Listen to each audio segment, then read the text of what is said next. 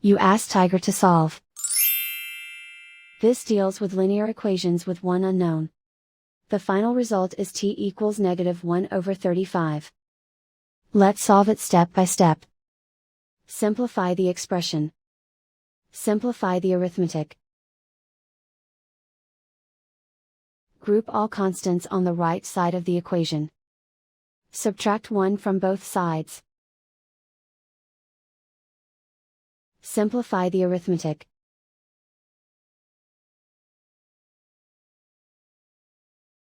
Isolate the t. Divide both sides by 35. Simplify the fraction. And so the final result is t equals -1/35.